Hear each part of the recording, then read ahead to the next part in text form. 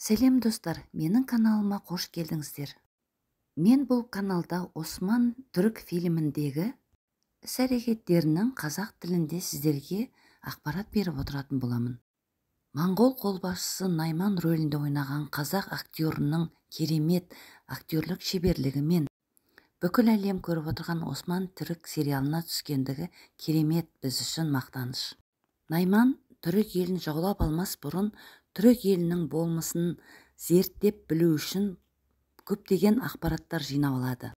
Осман бектен басқа түрік бектерінің көптеген әлсіз тұстарын біліп, ал ең мықты соғыс тактикасын керемет пайдаланатын Османның да керемет тұстарын біліп, Османды көбірек тануға бет бұрады. Ол үшін Османның төсек тартып қалған баласына әдейі көмектесіп, Османның іші бауырын біліп алуға әрекет жасайды және оған көмектеседі.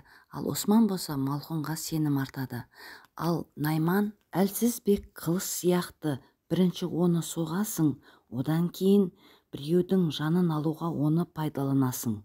Ал мықты бек ағаш секілді, ол бірінші тамырын жаяды деп Османға осылай сипаттама береді. Найман Османның жауы Олафты пайдаланып өз ісіне пайдалануды көздейді. Ал Олаф болса қарсылық білдіреді. Сен Османға жау боп келіп алып, сен оның асын іштің деп айтады. Найман біреудің асын ішіп отырып, ол сенің жауың болуы мүмкін. Ал біреудің асын төңкеріп, ол сенің досыңа айналуы мүмкін деп айтады. Олаф Османды бұрыннан танып білетін болғандықтан, Найман Олафты ең бірінші қару етіп пайдаланады Османға қарсы. Олафқа Найман бірнеше сарбаз беруді айтады. Османға қарсы тікелей емес жанамалап шабуыл жасауды ұсынады.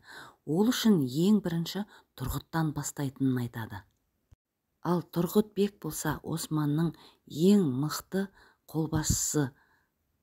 Тұрғыттың көзін жоятын болса, Османның сағын сындыратынын білгендіктен осылай әрекет істейді. Найман Олафқа бірнеше әскер бергеннен кейін жеңіліп қалатын болса, өлімің менен болатынын айтады. Құрметті оқырмандарым, Осман телесериалының пікірлерін өздеріңізбен бөліскім келді. Сіздер де өз ойларыңызды, пікірлеріңізді қалдыра кетіңіздер. Алдағы уақытта сіздерге Осман телесериалының көптеген қызықты сәттерімен бірге пікір талас жасап отыратын боламыз. Комментарияға пікірлеріңізді қалдырып кетуді, лайк басып мені қолдап, менің каналыма тіркеліп кетулеріңізді сұранамын. Сіздерге үлкен рахмет, алғысым шексіз.